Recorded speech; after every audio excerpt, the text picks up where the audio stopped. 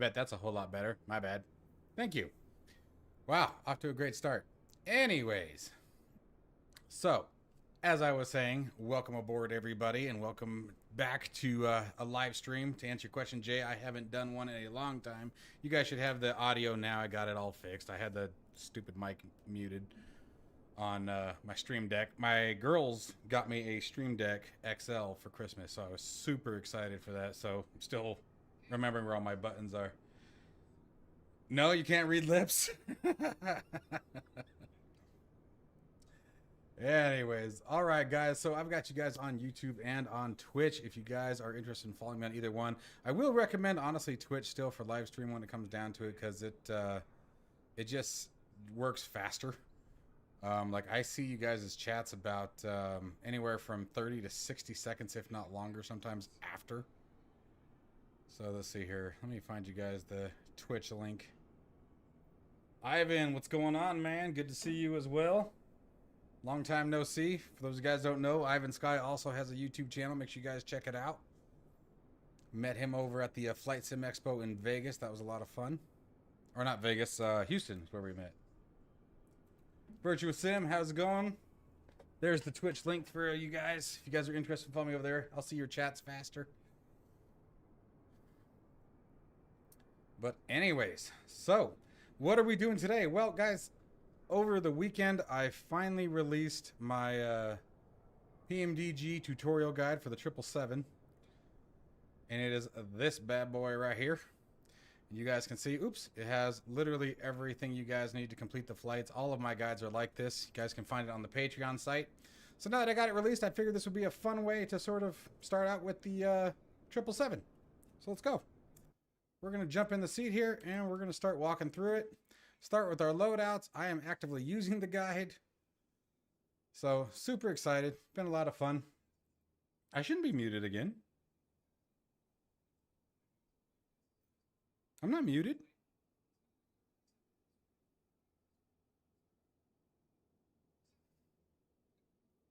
Am I muted?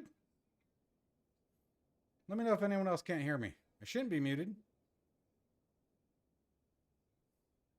Catheta, can you still hear me on Twitch? Okay, go. All right. Yeah, I'm not. Okay, that's YouTube then that's doing that. Like I said, follow me on Twitch. I'm not sure why. Okay, cool. All right, Jim. Good to hear. Good to hear. All right, CJ, it's not me, it's you. Talk about cliche, right? All right, guys. So we're just gonna get started here. I'm gonna start with doing my loadout. You can hold the FS or the menu button. And I do everything through here. Let me close mine. There we go. And we're going to get this show started. This 777 is a beast. I love this aircraft. It is fun to fly. It's honestly, I like this thing more than the 737. And that's saying something because the 737 has been my favorite for a long time. But let's go ahead and get our fuel on board.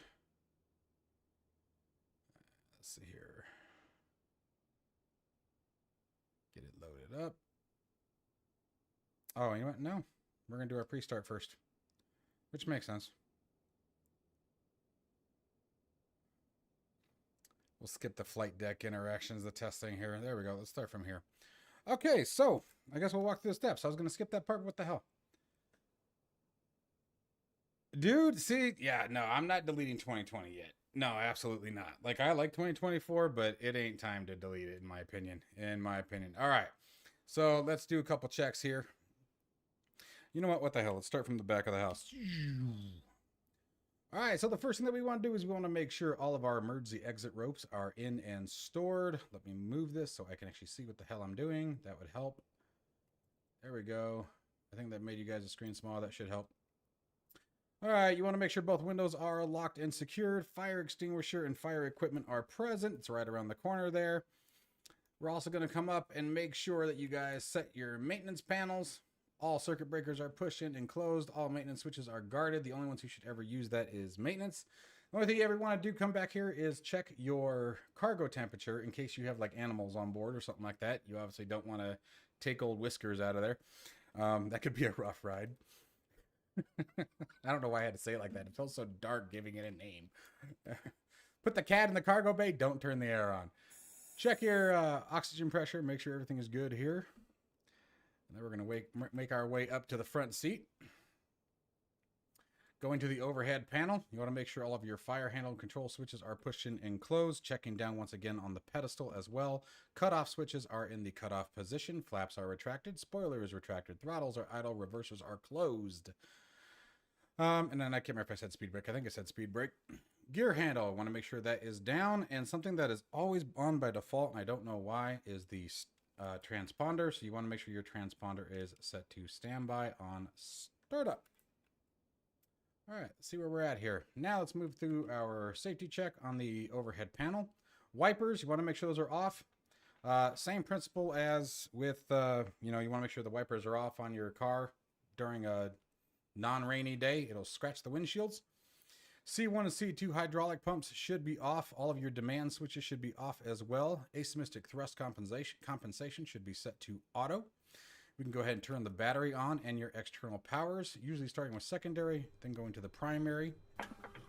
In-flight entertainment, passenger seats, and cabin utilities. So get that coffee started right there. And we already talked about the cargo temperature select, which you would normally do as you walked in. Hopefully you know what you're doing. Your ADARU, let's go ahead and turn on. That's our navigation system. Make sure that the on battery light is extinguished and primary flight computers are set to the auto position. At this point, you can also set your asymmetric thrust. You can tell what I was reading. Your emergency lights to on. And I think now we'll come on downstairs. And we're going to hit the cancel recall. You always want to try to keep this screen clear. That way, if any new errors come up, you are alerted. Fuel pressure. Let's go ahead and clear it again. And now we're going to go to the lower center display, make sure that is selected, and we're going to go to the stat page. Now, since I've made a couple of flights, just a couple, a few flights in this thing, we want to make sure that we have enough oxygen pressure to complete the flight. Really anything, what did I set my limit to? I do remember having one. 1200 or above. It's going to be 6 hours at 1200 psi is what's recommended, and anything above 6 hours, you basically want to be max, but nothing below 1500. Once I got the Phoenix and 500 at 35, I'm set for now. 2024 is great. No. See, here's the thing. Like, I have a wonderful time. It sucks because I haven't had any of the problems that, like, I read the comments and the videos and see the struggles that people are getting, and it makes me feel like crap because I'm not getting any of it. But a lot of the aircraft obviously still aren't working, which is why I still do this, because I love to fly a lot of the airliners. All right, so to check the oil quantity on the APU, we are going to hit the on switch but not start it. Okay, and then if we come down, take a peek. There you can see APU now populating, oil quantity 7.3. Anything above 7 is good. And actually, I think it's higher than that. It is higher than that. Where am I going? And then we'll come upstairs and turn the APU back off. Okay? And then we already talked about... Oh, that's because of the config warning. It's because the APU was running and we turned off. Speaker right, speaker left, config, warning system, TCAS. That's all normal. Okay, we're good there. So we can clear the recall. And let's see here, oil quantity on the engine. So let's go to the engine page. You want to make sure this is another one that has a sort of limit. So for 6 hours, again, on the flight time, you want to make sure that you are above 20, and anything between 6 hours and 17 hours, you want to make sure is pretty much maxed. 6 hours or below for flight time, you want it to be at 17. Anything above 7 or 6 hours. Radio check? Really? Oh, I know. Yes, okay, thank you. That's what that was. I thought my commas were out again. Stop doing that. Threw me off. Anyway.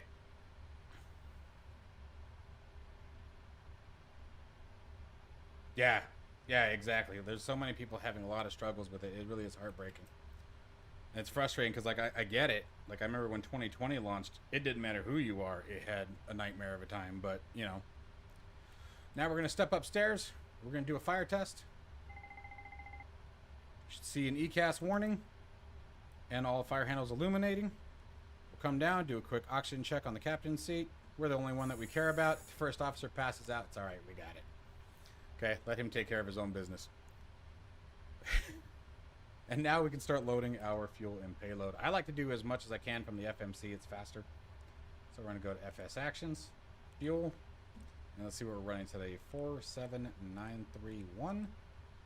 Drop that in there.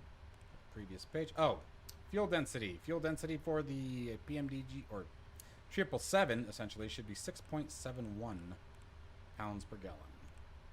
Drop that in there. Balances it out. Go to payload. Start with our passengers. We're going to do 10 here.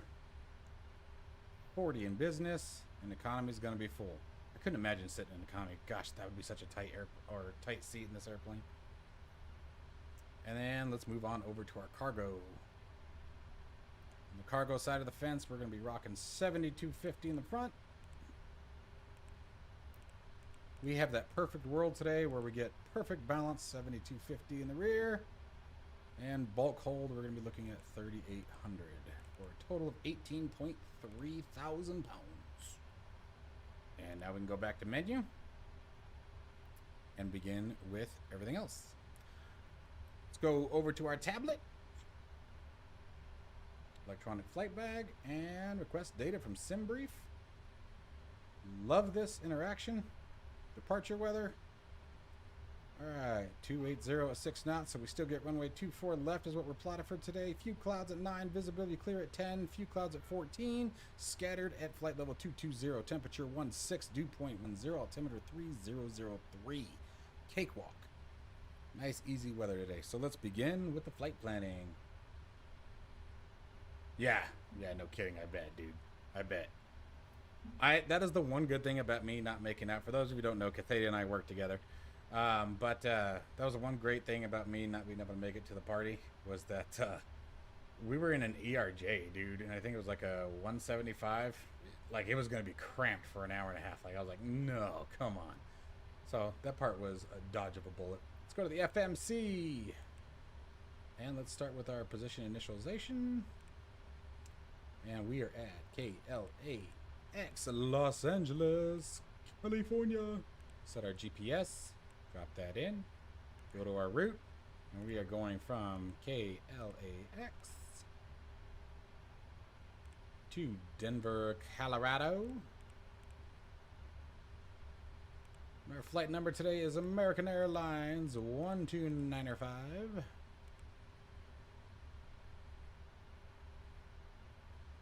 Because it is over on the cockpit. Cockpit's over here next to me. I'm at the desk. So there's a couple different answers to that. One of them I can't tell you yet. But the other one is like, so that way you guys can see it here. But let's just say I had to put it away for a minute. And there's some cool stuff coming to the channel, so stay tuned for that. But yeah, I do have it, do love it, do use it. It's fantastic. Any kind of CDU, honestly, is a game changer. It doesn't even have to be a particular brand. But if that doesn't give you a hint to what's coming, then you just have to think about who else is developing one right now. And I'm sure you guys will be able to pick it together. All right, let's go to our next page. And let's see what we got here. From here, we're going to go to our departures and arrivals. We are departing on the Orca 5 today using the Las Vegas transition. We're departing from runway 24 left. Back to our route page, go to next. From there, we're going to be jumping on to the J146 airway. And we're going to be exiting at Dice. The Dice Man. I would be terrible at craps, by the way. And then from there, we're going direct to Bump.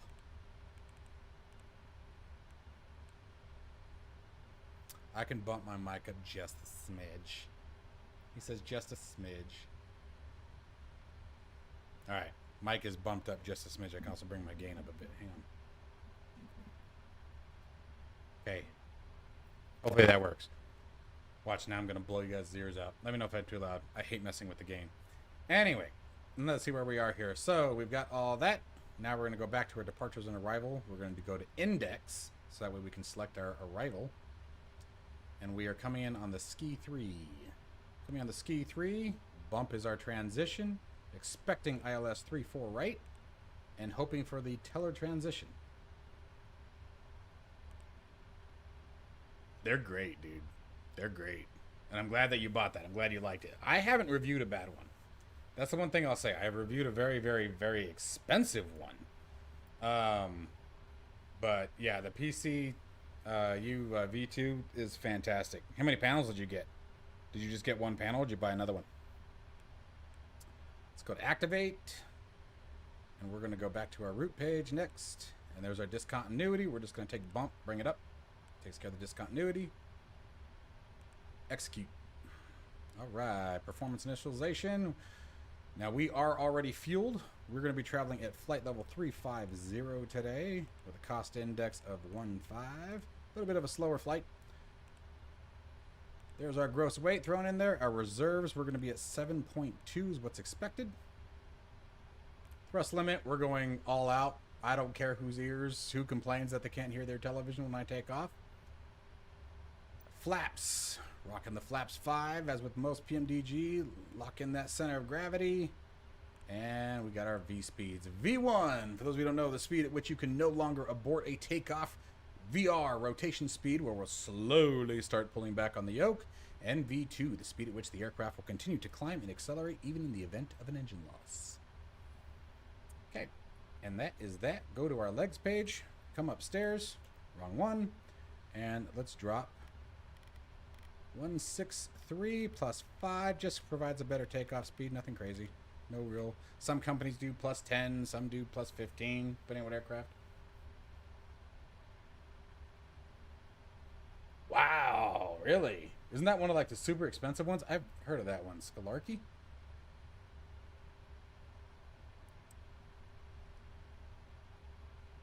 I feel like I have heard of that one. Where is it?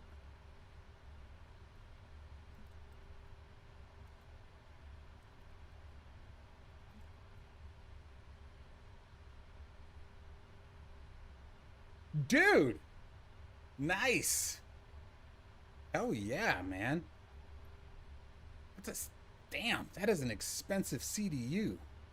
Holy crap, it's almost 800 bucks. That's what that other one that I have here is too. I have the Wingflex CDU. Holy crap, their stuff. I have their FCP too. That thing is really awesome. Yeah, so most of them though are desktop or cockpit oriented. Like you can mount them on the bottom, so you can probably do both with it. It all depends on how they're scaled. Okay, so where were we here? We've got our flight plan all complete. Performance check. All right, so we are going to make an edit to my flight plan. I show you how to do this in the guide as well. And by the way, my guides, again, Patreon guys, if you guys are interested. But one of the things that I don't like, so if we go, let's move up here for a second. We're going to go to plan. And let's zoom down a little bit. We're set to depart from 24 left. Now, if we step down, what's going to happen here, and this is just for simulation because I'm not using ATC today. Eventually, we'll be bringing ATC to it, like beyond ATC. Sorry, it's still my favorite. I love it. I think they did a great job. And go to step. And you can see that we're going from Delray to vectors. So ATC is supposed to vector us out off of Delray back over to Clipper. That's going to make things a bit difficult. So what I like to do, I'm going to show you guys real easy, is we're going to get rid of the vectors, but we're going to create the flight plan in a way where it's a nice smooth transition. It's going to be a right-hand circuit, but hey, we're going to take it. So first we're going to take Clipper, drop it into the scratch pad, bring it up to vectors. Now before we do anything, now that takes us to direct here, right? So you can see what the projected turn is. It's still an awful turn. So what we're going to do is we're actually going to go up to kegs. If we expand out a little bit, you can see kegs is up here. So it's going to be a much smoother way to get to that.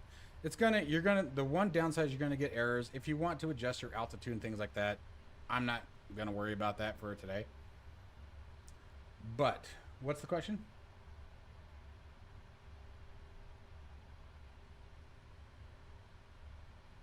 So when it comes to liveries, it really depends on the developer. Like PMDG, I don't even know if they're supported on Xbox yet. I can't remember. They usually always have a ton of them, but as far as in the default, I don't know. I really don't. I don't use the, excuse me, the Xbox for that reason. It's just for me. There's so much immersion that's lost, and I get it. I mean, that's not shooting anyone down. Uh, you know, you work with what you got, but there's just for me, there's just too much immersion that gets lost. All right, so now we're going to copy kegs because you can see what we're going to do here, and we're going to drop it on Clipper. And now you can see we have a much better transition out of the airport from Delray. Hit execute. Boom. Look at that. So that's, you can do that if you want to remove the vectors. Just watch what your flight plan is doing afterwards.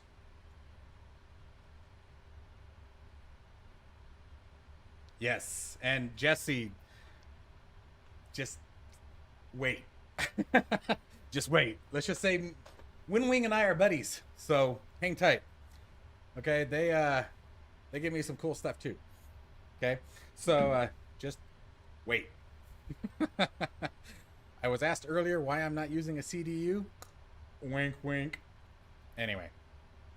So we've gotten that taken care of. The guide walks you through both steps if you want to leave it as is versus if you want to remove it. If you leave it as is, the guide walks you through how to manually steer the aircraft around. All right, so we got a performance information done, flaps information done.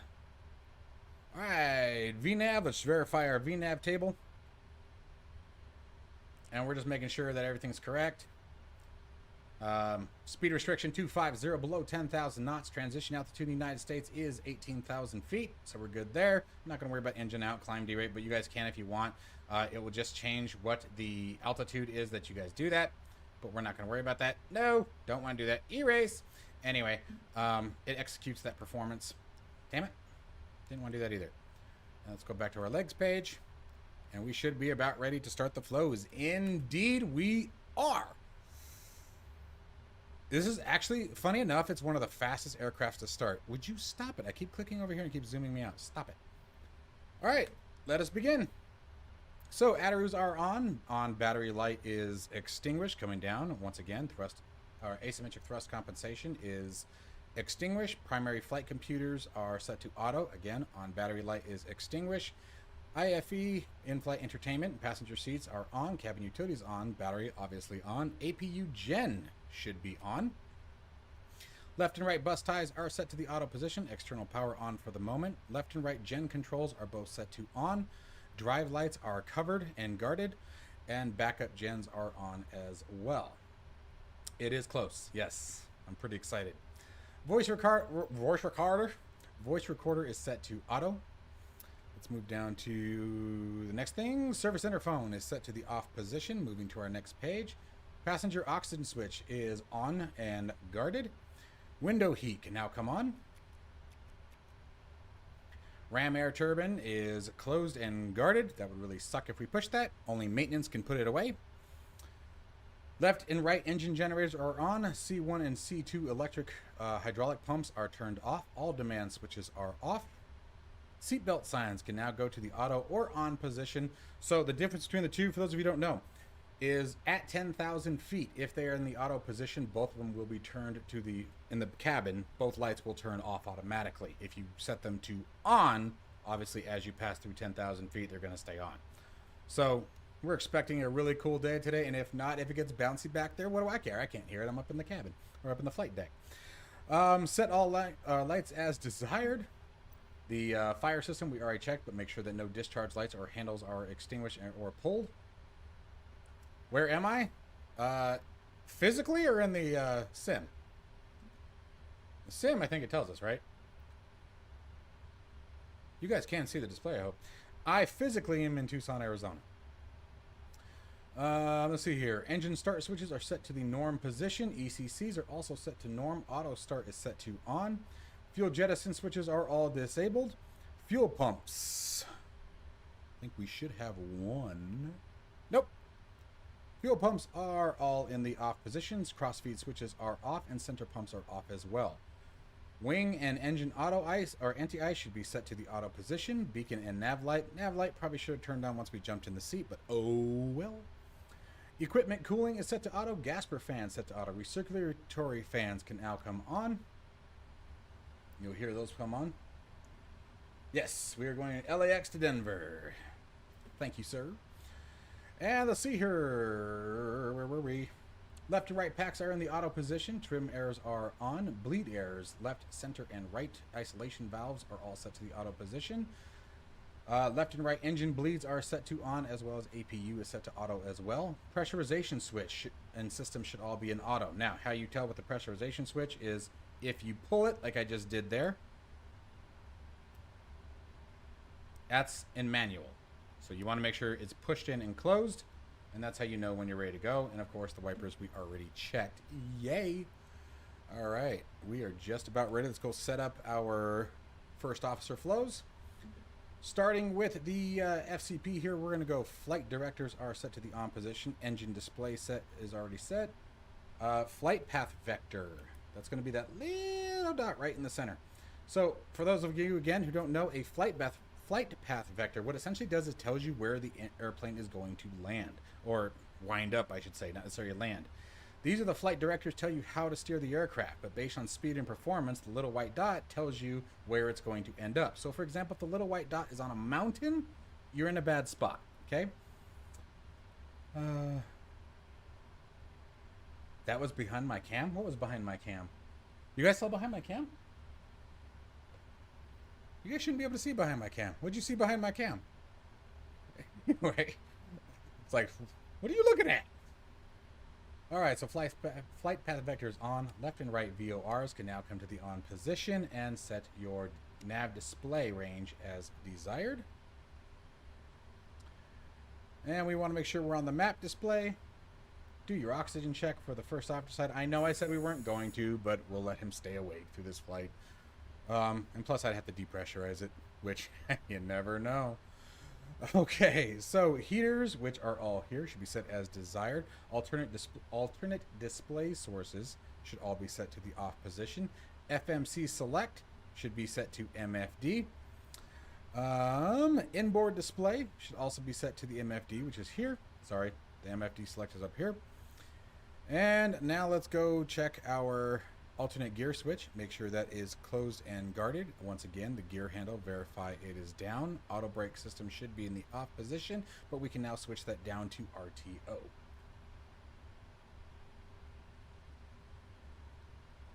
Oh, my cameras? Oh, my bad. If you guys want, I can turn it off. You guys don't have to see my ugly mug. Anyway, talk on the pressurization switch. There we go. So on the pressurization switch, here it is. So if it's pulled, that's in the manual position. If you push it, it's in automatic. You can tell how used I am to live streaming, huh? Anyways, let's go ahead and keep on moving on down here. I think we got everything there. Yep, we're done with that page. All right, now we're going to go ahead and hit the checklist button. And even though it's clear, it's a good thing to do a reset. And we're going to reset all. Okay, and then just leave it like that for right now, because we'll be addressing it from the captain's side here in a little bit. All right, and then you can set your display as desired, and you want to make sure your display alternate display control switch is also off and guarded. Moving on back, at this point you would set your radios as desired, but since we're not doing anything, we're not going to worry about it. We can go ahead though at this point and set a transponder code. So let's say 5532. Sure. It does. It does. With me, everything takes practice. I promise. This will not be the last time. It gets pretty ridiculous. First officer flow is continuing the center panel here. Obviously, fire handles you want to make sure are pushed in and guarded. Set your radio panels up again as desired, which is going to be radio panel number 3, which is overhead. We're not going to worry about going to that one. Make sure all trims are centered. And then here you can come back. You want to make sure the evacuation switch is pushed in and guarded, and set your floor and aisle stand lights as desired. Yes, sir, I do. Absolutely, I own the freighter version. I almost did a freighter flight, but I figured since I just released the guide, we would do passenger. But yeah, the freighter's dope. Alrighty. And then now from the captain's flows, we can go ahead